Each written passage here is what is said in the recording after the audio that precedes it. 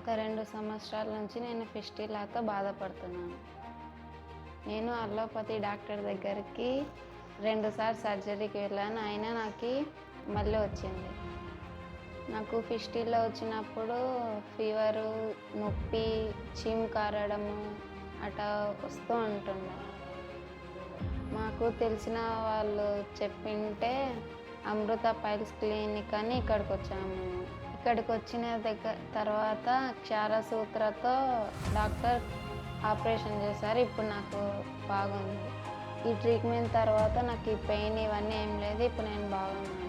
ఇంకా ఎవరికైనా ఫిస్టులా ఉంటే అమృత పైల్స్ క్లినిక్ నంద్యాలకు వచ్చి చూపించుకోండి.